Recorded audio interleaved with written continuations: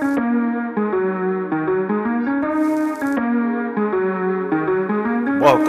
to the Crisscross Corner Podcast.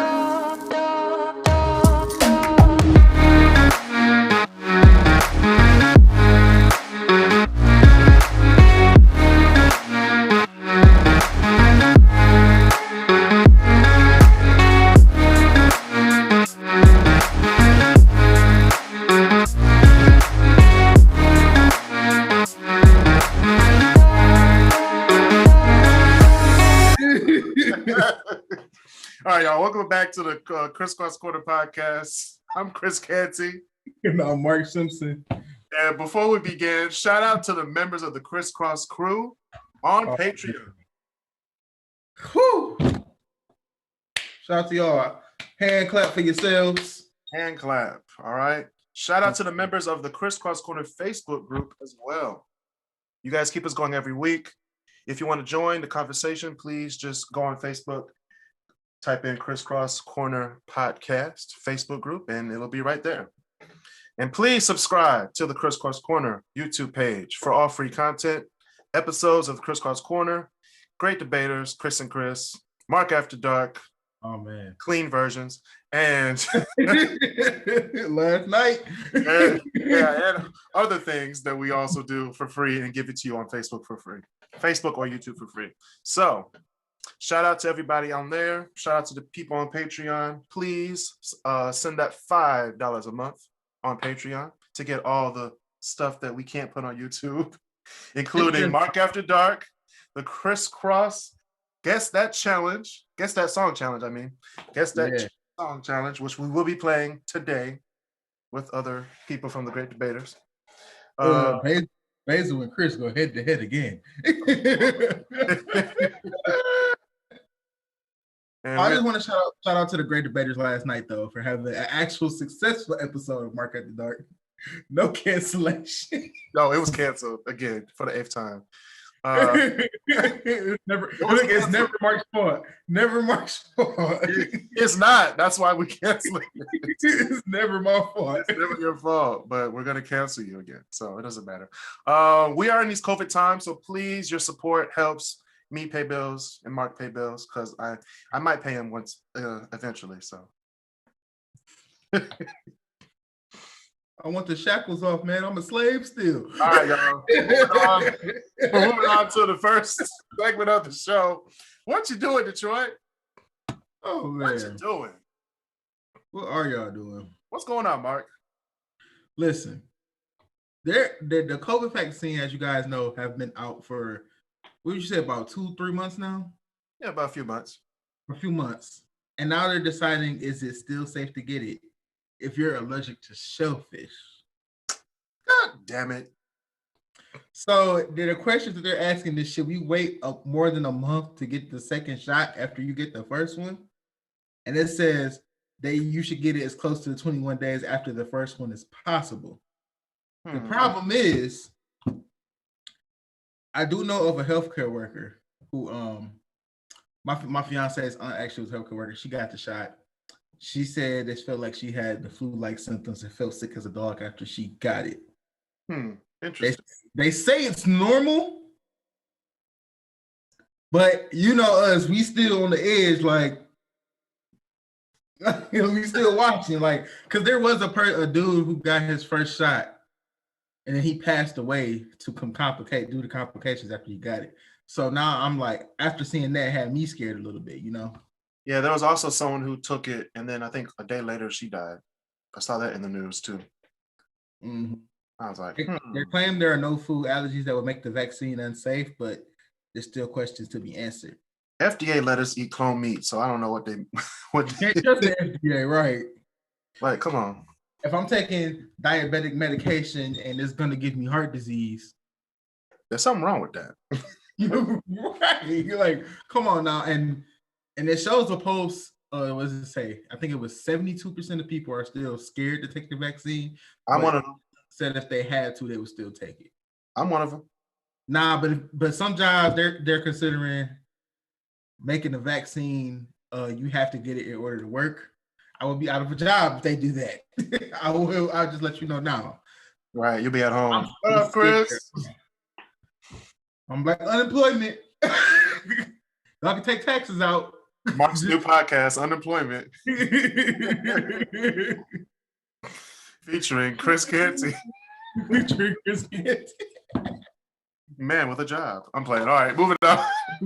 Speaking of man with a job, Blake Griffin is to sit out the rest of the season until he reaches an agreement with the Pistons about his future. So they said they're about to trade him. So all about it.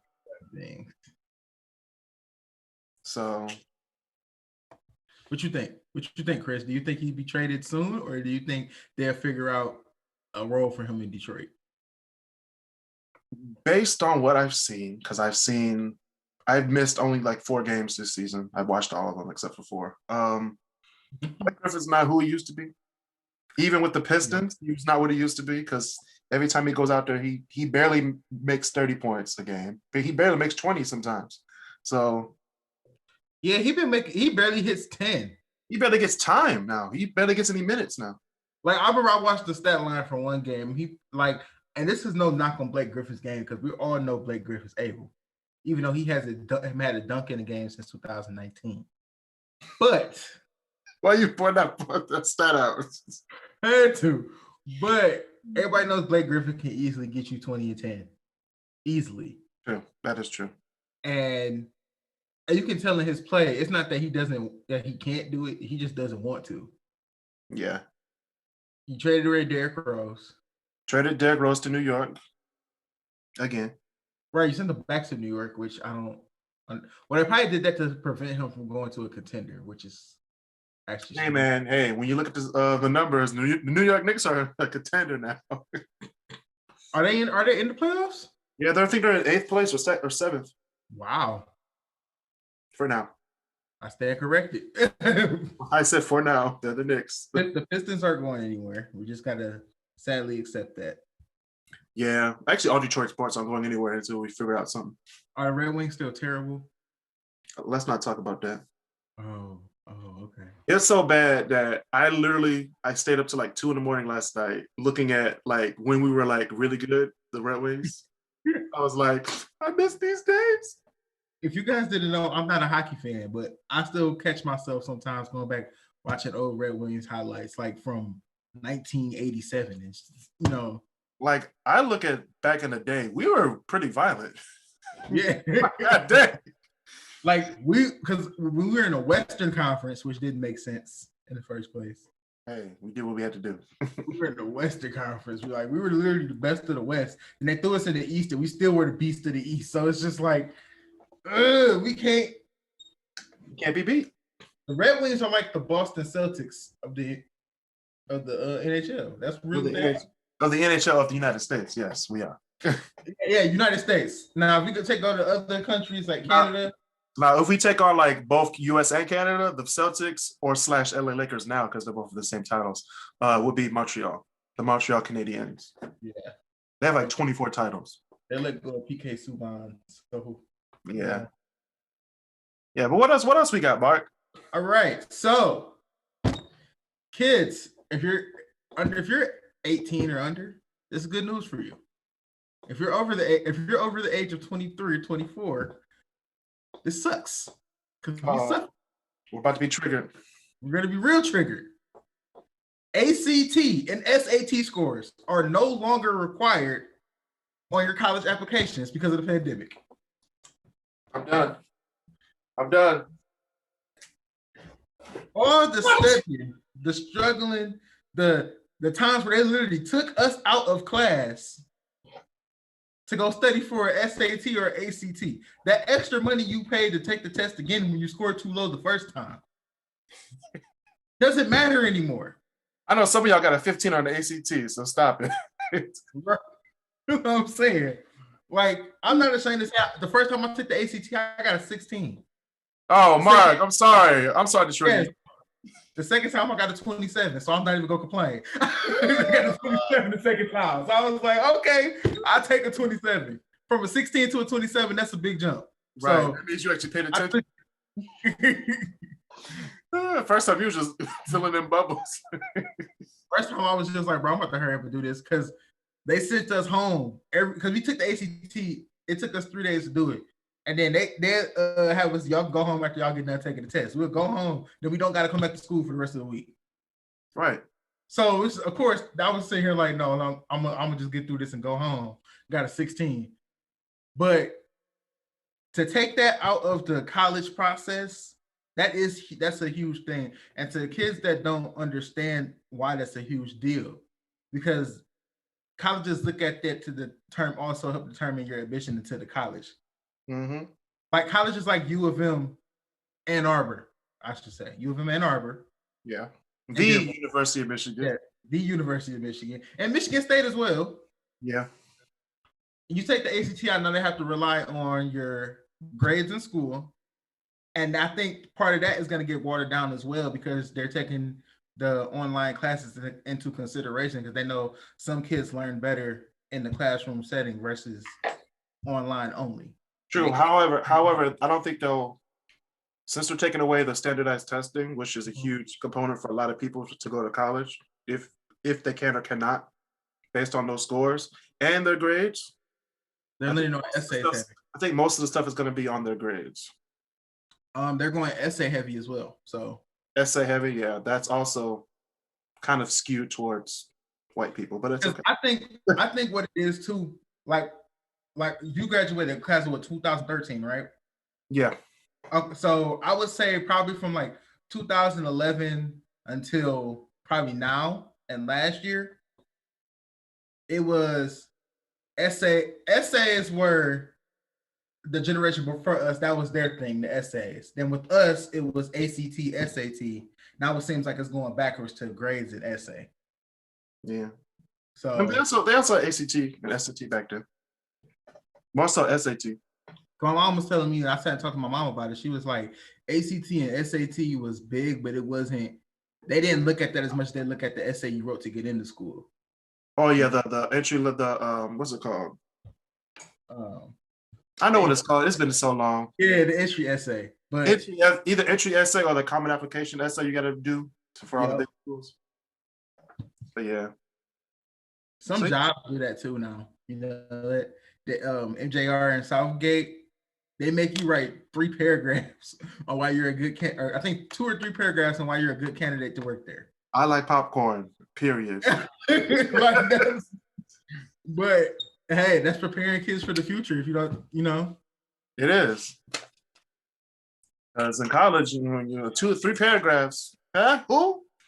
Now I see why some of y'all worked at the AMC at Fairlane. But that's a different topic for a different day. That's a different topic for a different day. Shout out to the Sharp Blade Workshop on McNichols, 18625 West McNichols, offering the highest quality haircuts in a clean, safe environment. Please follow them on Instagram at the Sharp Blade Barbershop.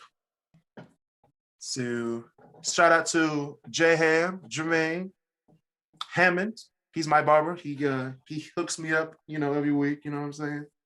I see you, even though he had to miss a week this week, but I see you. Yeah, I missed a week this week, so that's why I'm up here right now. I'm not. I can't see hair. So I go in tomorrow, so get that fresh cut. So shout out to the Sharp Blade Workshop.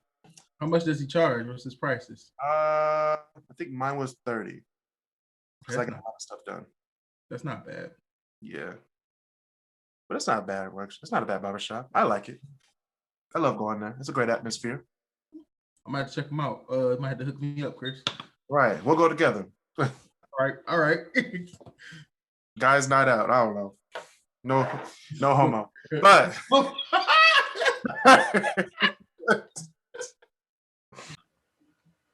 this episode of the Crisscross Corner has been brought to you by Manscaped.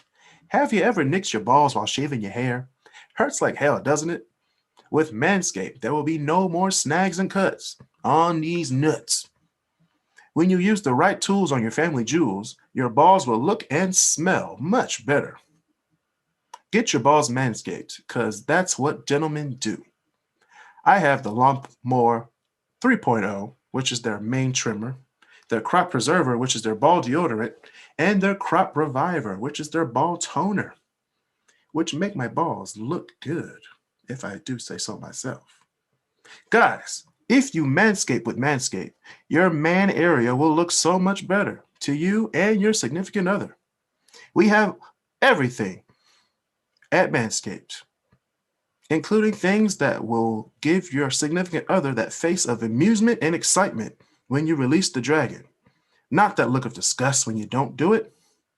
Nobody likes a bush. Come on now. Come on, guys. It's not rocket science. Go to manscaped.com and get your manscaping tools. If you trim your hair down there with Manscaped, your balls will thank you. Now let's get back to the show. I ain't heard that in a while. Right. Speaking of things you haven't heard in a while, here are 3 things they don't teach you in school, Mark. Are you ready? Let's go. All right. Number 1. What percentage of vegetarians eventually go back to eating meat? 67%. Is that your final answer? Yes. I know it's wrong. It is actually 80%. I'm mad. 80% was my first guess, and I was like, no, that's too high. That was my first guess too. So already you have a D. All right. Damn it. All right. Number 2. What country consumes nearly 10% of all the fish caught in the world? What country? Yes. I'm gonna have to. Let me know if I'm right. I'm gonna say it's in Asia. The country's in Asia. Am I right? I don't know.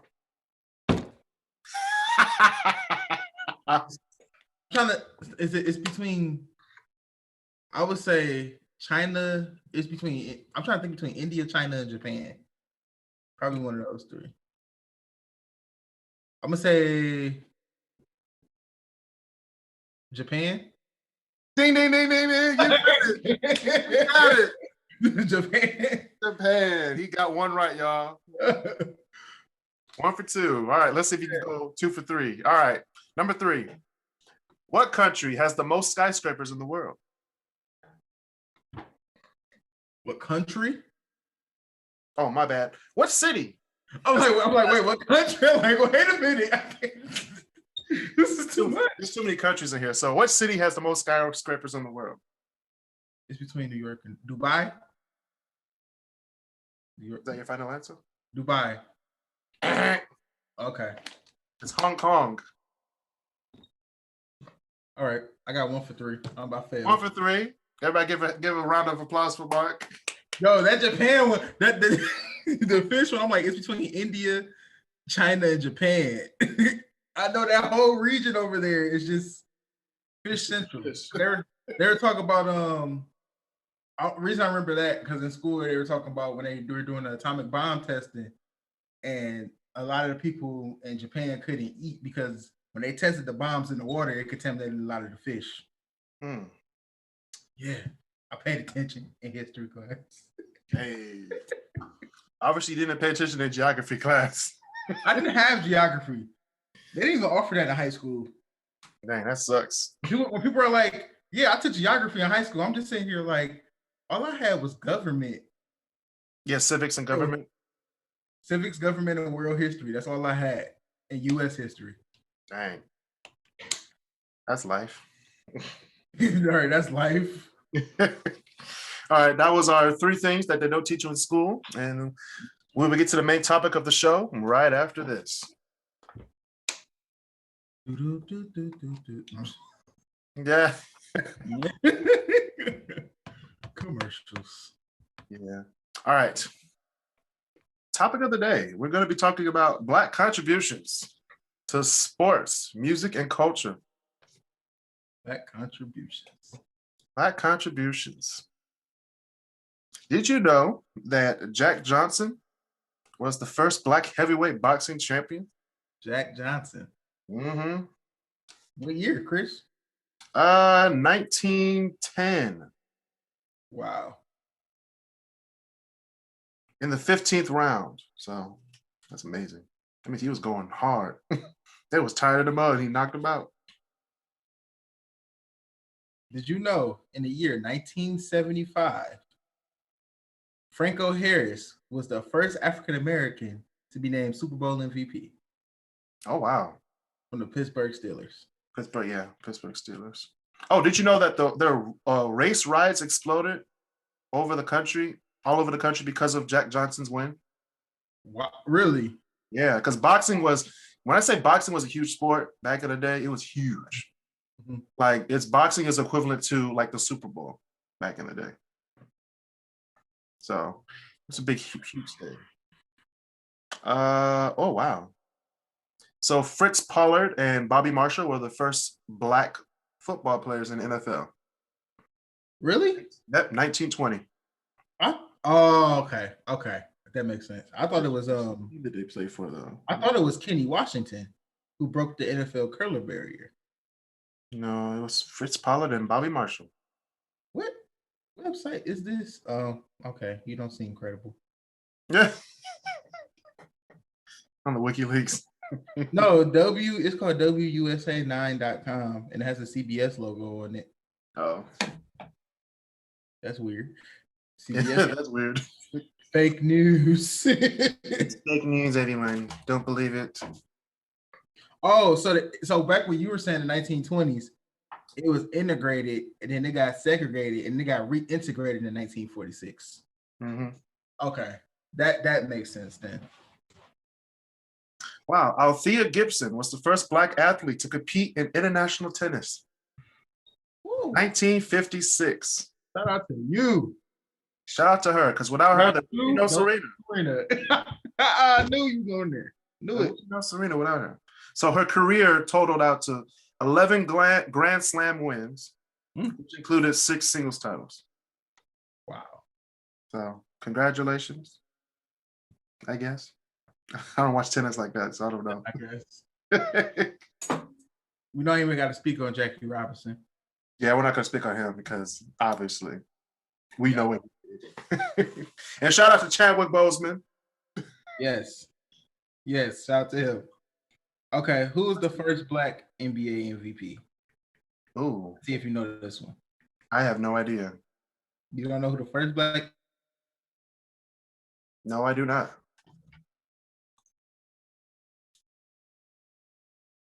I do not know. MVP. Who was it? Bill Russell.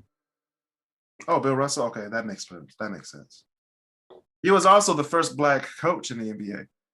Mm-hmm. He was actually our first Black player coach as well. And he played in the wake of Black pioneers. You had him, Earl Lloyd, Chuck Cooper, Sweetwater. This name is amazing. Sweetwater Clifton. Sweetwater Clifton. What's up, baby? Yeah, Bill Russell was the first Black player to achieve superstar status and MVP status in the NBA. Wow. Yeah.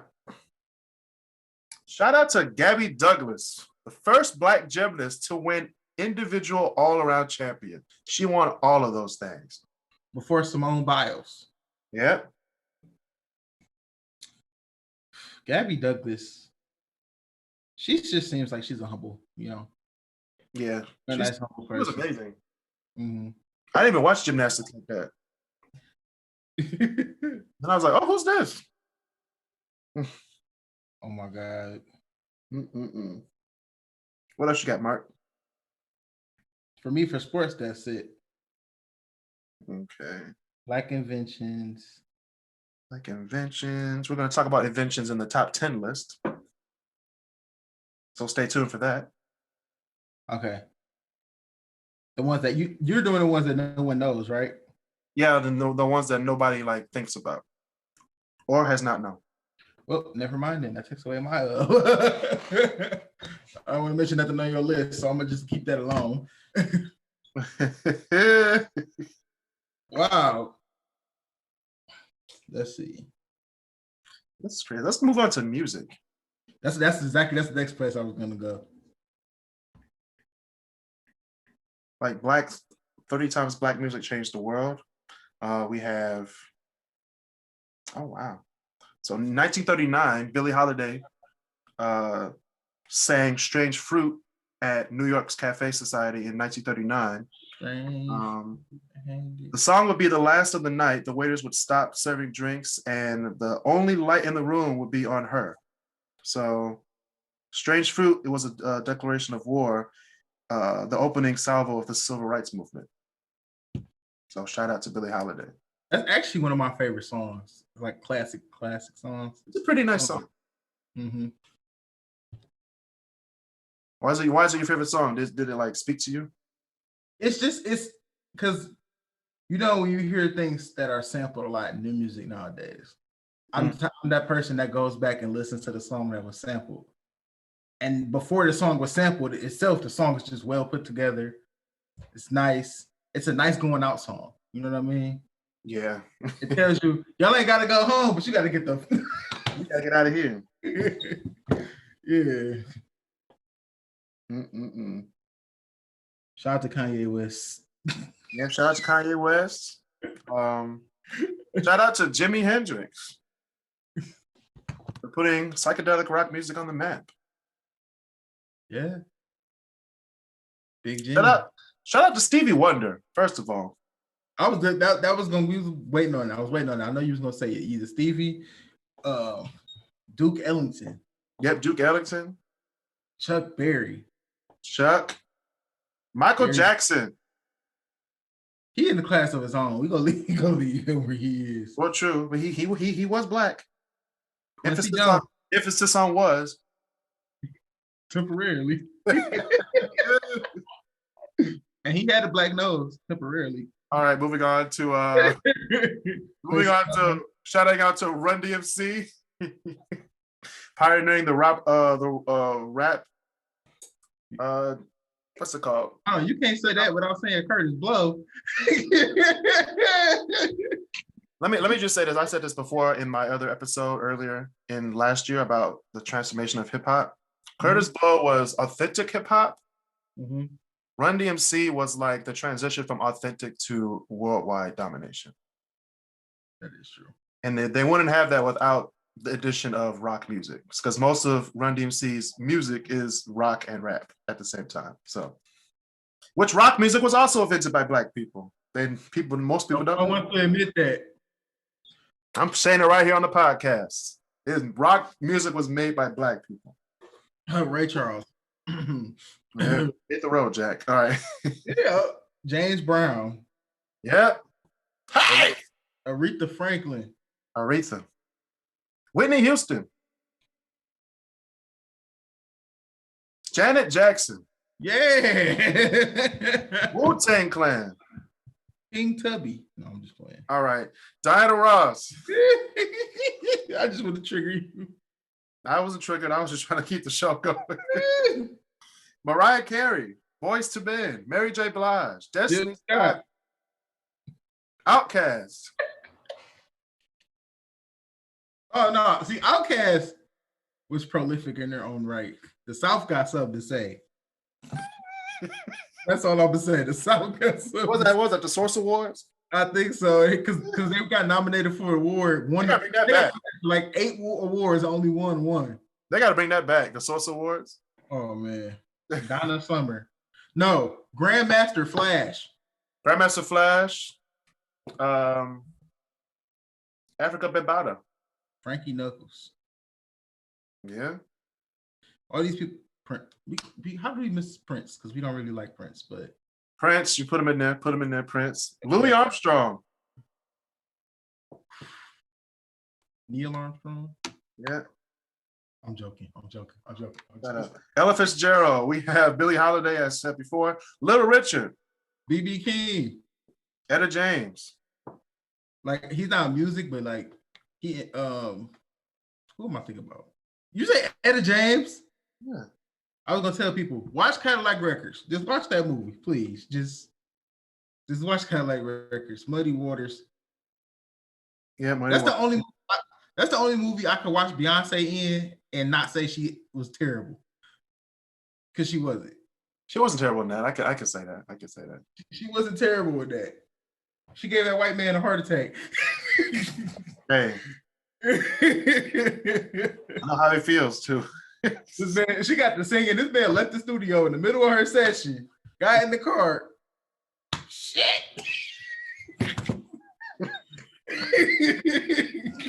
Goodness gracious.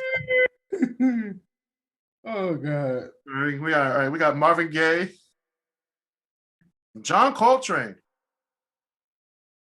Ooh. Dizzy Gillespie,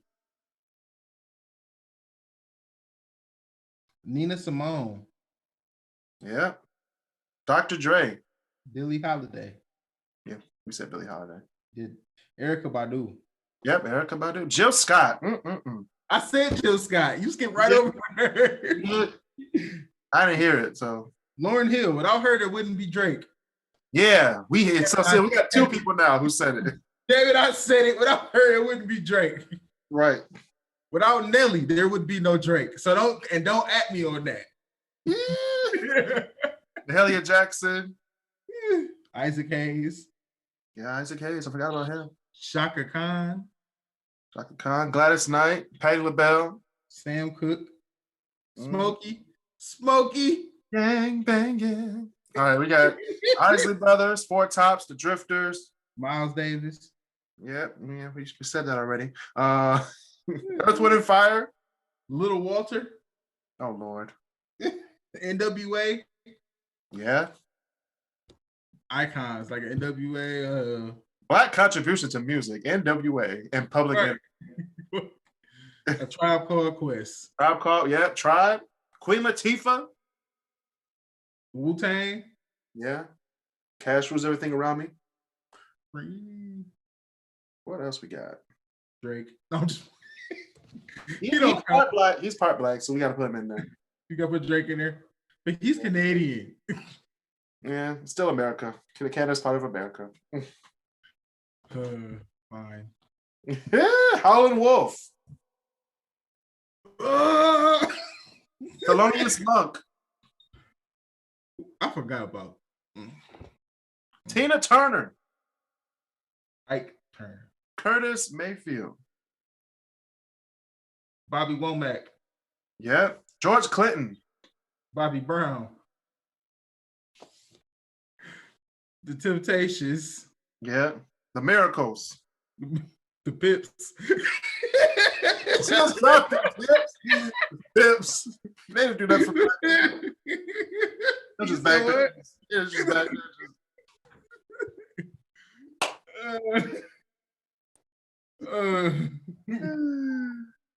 Sly and the Family Stone.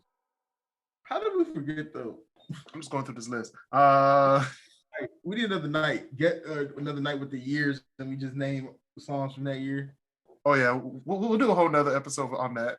Stay tuned for Music March. T-Bone Walker. Nat King Cole. Natalie Cole. Sam Cooke. I'm just going through my music library. Billy Ocean. No, I'm just playing. Yeah, Billy Ocean was black. Mm-hmm. A$AP Rocky. You gonna throw him in there? Yeah, he's black. He changed the game. That's the case, Lil Wayne. Yeah, Lil Wayne. Before the codeine. Before the codeine. At Jay-Z. Birdman. All right, as you finished or as you done? Yo, because Cash Money, I thought the Cash Money movement alone, though. Yeah. That changed hip hop. Mystical. DMX. Yeah. Yo, why when I was little, I got DMX and Mystical confused. I thought they was the same person when I was little. I thought they was the same person when I was little. Goodness gracious. All right, we got Alicia Keys, Nicki Minaj, Meg Thee Stallion. No. You gotta mention the woman that put them on. Aaliyah. Okay, Aaliyah. Okay. Hey, queen. That's the queen right there. Yeah. Andra Day. Andre Crouch. Angie Stone. Anita Baker. Hey man, she slept on. Yeah, she is. Anthony Hamilton. The Weeknd. No, I'm just playing. All right. This has been another edition. Please subscribe. I mean, I can't act like his music didn't change things though. All right, we have.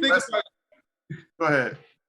When you think about it, The Weeknd came out of nowhere, changed everybody's perception on things. I guess. Usher. Bill Withers. Oh man, his song came on earlier too. Big Sean. All right, that's been another edition of. Thanks again. What you talking? Billy Preston. Black Eyed Peas. You know what? I'm gonna give him a black card. Eminem. You might as well. You might as well. Bobby Caldwell. Give Bobby Caldwell one too. Give Bobby Caldwell. I don't know why people thought he was black. Yo, people because he was the Blue Eyed Soul singer. I mean, true. Bruno Mars. Is he black? I don't even know what he is. He got color. He black. We gonna claim that one. Yeah, we claim him. Okay. Green. Yeah, when Samsung blew up on his face.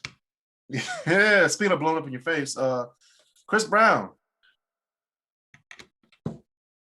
Just remove myself. Just remove myself. Yeah, we also got Rihanna. We got Pharrell.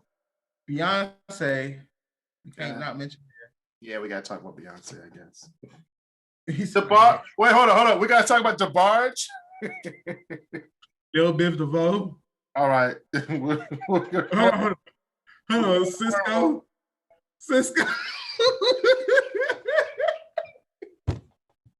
All right, y'all. We're gonna move on to my top 10. Coolio. We're gonna move on to my top 10 list for the week. These are my top 10 unknown Black inventions. All right. These are inventions that you might not have known were invented by Black people. So we're gonna start off with number 10. I can't believe you said Cisco. All right. We're gonna start with number 10. Speaking of Cisco, number 10 is the mop, made by Thomas W. Stewart. Mm-hmm. I knew that one actually. Number 9, the folding chair by Nathaniel Alexander. Number 8, we have the dryer, made by George T. Sampson. Thank you, George. Yeah, thank you. Because my clothes need to be dried, like they're in the dryer right now. Number 7, the doorknob by Osborne Dorsey. My question is, before that, what were they doing? They're just busting in people's rooms. I think they're like the push doors, the doors that just spin back and forth. Or they just didn't have any doors. They had no privacy back then. Nope.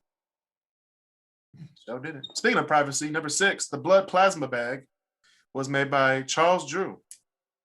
Yeah. Black he did a lot of things. Yeah, he did.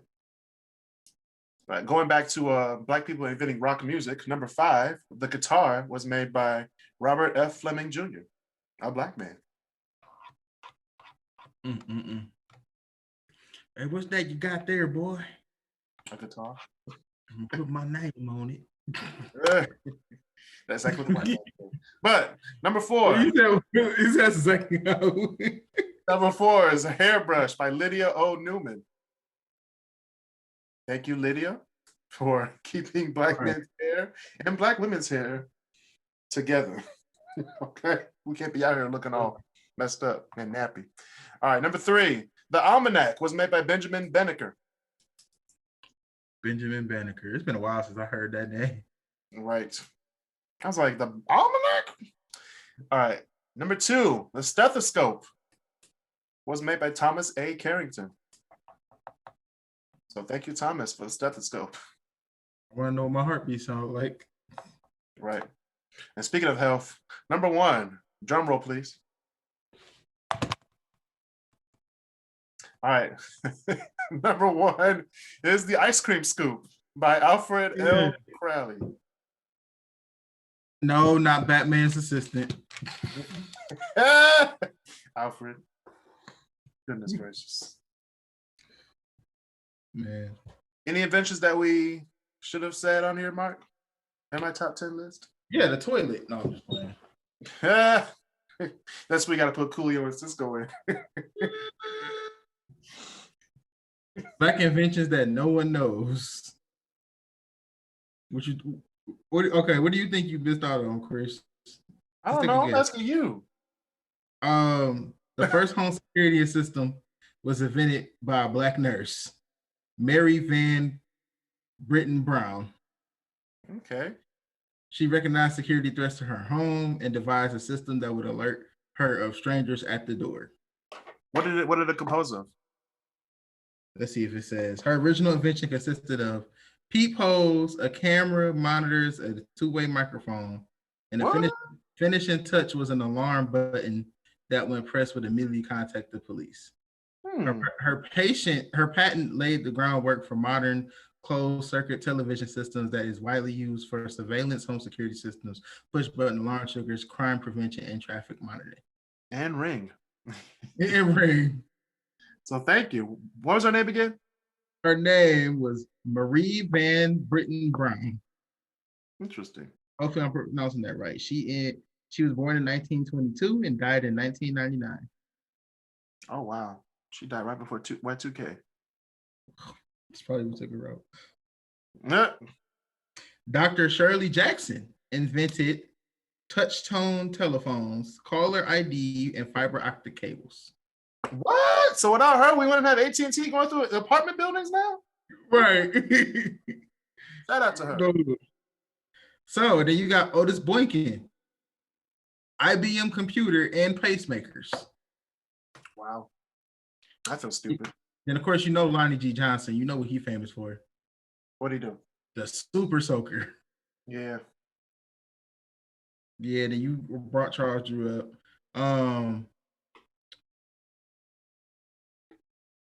She don't look Black. What? Guess they did on a Black show. Listen, I don't even know how to pronounce her name. Globder. She created GIFs. Oh, GIFs, like the internet picture movement on thing? my video. But look, she does not look Black. I won't cut this on, folks. She does not look Black. Hey, there's some Black in there. I can see it. Y'all can see it online. Y'all see it. Philip Imago Wally. He's probably African. He invented the world's fastest computer at 8, and he dropped out of school at the age of 14, and still is considered the Bill Gates of Africa. Yep. Wow.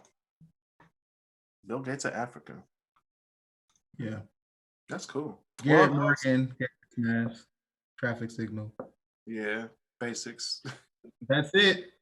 Pretty much. Yeah, that's it. So that was our top 10 list. I will put this on the Facebook group, and we'll get to see what you think other people should know about other Black inventions that people don't know about. So please join the Facebook group to join the conversation. We put another one gotta go / what you guys think in the conversation. So we'll see how that goes next week when we do our topics from the audience. And by the way, we always do topics from the audience every last week of the month. All right. So stay tuned for those episodes where we engage with y'all on what y'all said on the Facebook group. So please, please, please join the conversation. And that has been another edition of the Crisscross Corner. Please subscribe to the podcast on Spotify or Google Podcast. Also, we are also now on Breaker and YouTube. So please watch this episode. We're probably going to send it on Wednesday or Thursday. So please be on the lookout for that. In order to watch that, please subscribe to the Crisscross Corner YouTube page. Click the notification button to get notified of all new videos that we put on the channel. Leave a 5-star rating on Apple Podcasts. Stay safe. Social distance. Please. And be nice to each other.